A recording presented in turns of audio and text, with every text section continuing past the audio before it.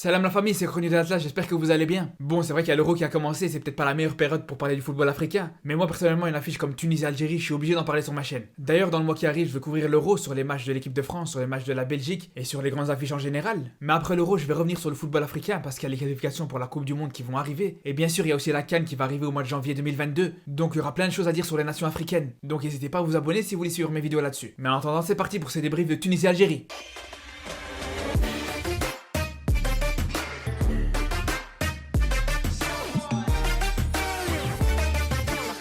Alors déjà pour commencer, ce qui était vraiment intéressant avec ce match, c'est que l'Algérie l'a abordé avec un grand sérieux. On avait vraiment l'impression de voir une équipe d'Algérie qui était en mode compétition officielle. On a vraiment remarqué que les Algériens étaient très motivés pour essayer de battre le fameux record. Et c'est ce qui a fait qu'ils étaient aussi impliqués dès le début du match. Et pour le coup justement, pour ce qui est de ce début de match de l'Algérie, il n'y a absolument rien à dire. Ils ont vraiment fait une première mi-temps exemplaire à tous les niveaux. Pendant quasiment toute la première mi-temps, ils ont empêché les Tunisiens de développer leur jeu. Et ils ont été les chercher très haut en récupérant énormément de ballons dans le camp adverse. Et en plus de ça, même au niveau de la construction, le jeu de l'Algérie était vraiment très propre. On a vu des circuits de passes qui étaient très intéressants. Et justement, ce qui marchait le plus pour l'Algérie dans cette première mi-temps, c'était les fameuses passes qui venaient de l'arrière de la part des défenseurs, ou même de la part des joueurs un peu plus offensifs qui venaient décrocher pour essayer de trouver un des deux joueurs qui prenait la profondeur. Ça pouvait être soit Bounedjah et Belaïli très souvent, mais c'était aussi le cas avec Bounedjah et Fegouli. Donc une fois que tu avais un de ces deux joueurs qui prenait la profondeur qui était trouvé, il allait dévier sur l'autre pour lui permettre de se projeter vers l'avant. Et pour vous dire à quel point l'Algérie arrivait à être très dangereuse comme ça, il faut savoir que les deux buts ont été marqués grâce à ce circuit de passe là. Parce que même pour le deuxième but, à la base la faute qui donne le coup franc, elle a été créée avec une action comme ça. Après c'est sûr que pour le début du match de l'Algérie, il y a absolument rien à dire. Comme je vous ai dit, les Algériens se sont vraiment mis en mode compétition officielle. Et pour le coup justement, faut savoir qu'à la dernière CAN,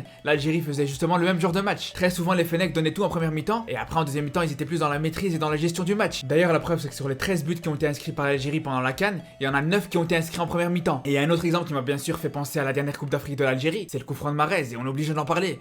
Ce qui a fait qu'il a réussi à mettre son coup franc contre le Nigeria, c'est justement qu'il a surpris tout le monde en tirant du côté gardien. Et justement là encore une fois il a surpris tout le monde parce qu'il y a absolument personne qui aurait pu s'imaginer qu'il allait jouer le coup franc à deux avec Belaïli. Et pour le coup je sais pas si c'est une consigne de Belmadi qui a été travaillée à l'entraînement ou si c'est juste Mahrez qui a décidé de faire ça à la dernière minute. Mais en tout cas c'est très bien joué, c'est très malin de sa part. Après on va pas se mentir, du côté algérien il n'y a pas non plus tout qui a été rose dans ce match. Il y a plusieurs fois où Attal s'est fait prendre dans son dos, et ça surtout en deuxième mi-temps, ce qui fait que ça a causé beaucoup de problèmes à l'Algérie, et il y a eu pas mal de dangers qui venaient du côté droit algérien. Après on sait tous qu'Attal était pas au top de sa forme, et à un moment donné on savait même pas s'il allait jouer ce match, et puis même d'un point de vue général justement il fait pas sa meilleure saison, ça on le sait tous. Et justement c'est pour ça que pour le bien de l'équipe d'Algérie, il faut absolument qu'Attal prenne sa préparation estivale au sérieux. Et ça veut dire éviter de sortir, éviter de manger mal, dormir un maximum et faire des entraînements spécifiques avec un préparateur physique. Parce qu'on va pas se mentir, Belmadi le dit lui-même, les blessures d'Attal ça peut pas être indéfiniment une excuse. Et c'est à lui de se responsabiliser un maximum par rapport à ça.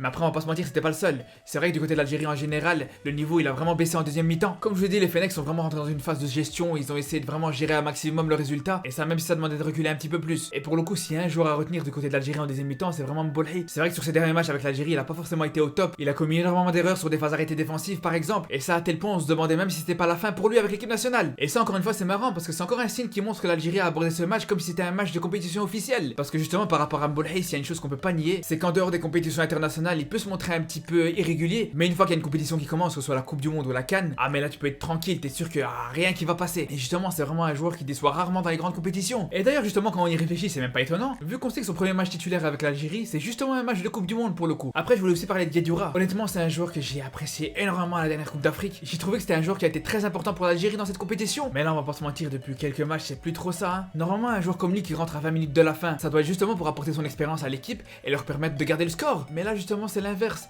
Il rentre, il met son équipe en difficulté en se faisant exclure. Et franchement bêtement en plus. Parce qu'autant pour le deuxième carton jaune c'est un peu discutable encore, mais le premier jaune il se le prend de manière totalement ridicule. Ok il se fait dribbler par Mejbri, mais il est quasiment dans le camp adverse, il était vraiment pas dangereux à cet endroit du terrain. C'est pas comme s'il était obligé de faire la faute pour pas qu'il parte en contre-attaque. Non là c'est juste une question d'ego et ça c'est une classique. Quand t'as un joueur du profil de Mejbri qui commence à peine sa carrière, qui veut dribbler des joueurs comme Guedioura qui sont proches de la fin, souvent t'as un joueur d'expérience qui va vouloir lui mettre un petit cadeau pour qu'il comprenne c'est qui le patron. Comme je vous dis, c'est purement une question d'ego. Mais le problème c'est que quand tu joues avec ton équipe nationale, ton ego doit passer après. Ça doit toujours être l'intérêt du collectif qui doit passer en priorité. Après pour ce qui est de la Tunisie, sincèrement je trouve que leur match il était pas si mauvais que ça. Dire qu'ils auraient mérité le match nul c'est peut-être un peu excessif, mais sincèrement je trouve que le score de 2-0 c'est peut-être un peu cher payé par rapport au match qu'ils ont fait. Parce qu'on va pas se mentir, on sait bien qu'au niveau de leur effectif ils sont très loin de ce que propose l'Algérie, mais pourtant je trouve qu'ils ont vraiment pas à rougir de leur prestation, surtout en deuxième mi-temps. On va pas dire non plus qu'ils se sont créés énormément d'occasions, mais il faut quand même admettre qu'ils ont eu des gros temps forts dans ce match. En plus, quand on repense qu'il manquait 2 joueurs très importants dans cette équipe de Tunisie, que ce soit Sassi ou même Youssef Msakni, on peut vraiment penser qu'une équipe de Tunisie au complet par la suite, elle pourrait vraiment faire très mal. Surtout qu'on a vu l'entrée de Mejbri qui a vraiment été encourageante, parce qu'en même pas un quart d'heure, il a réussi à mettre un petit point à Belkebla quand même, et il a été en grande partie responsable de l'expulsion de Guedioura. Franchement, pour un petit 18 ans, c'est vraiment pas mal. Donc franchement, c'est la saison qui arrive, il arrive à avoir un peu de temps de jeu avec Manchester United et qui continue à être appelé avec l'équipe de Tunisie. Franchement, je pense que ça peut être vraiment pas mal. De toute façon, encore une fois, on aura l'occasion de parler de ces équipes africaines, donc je vais pas trop m'attarder là-dessus. On en reparlera après l'Euro. En attendant, je vous dis à très bientôt et surtout prenez soin de vous.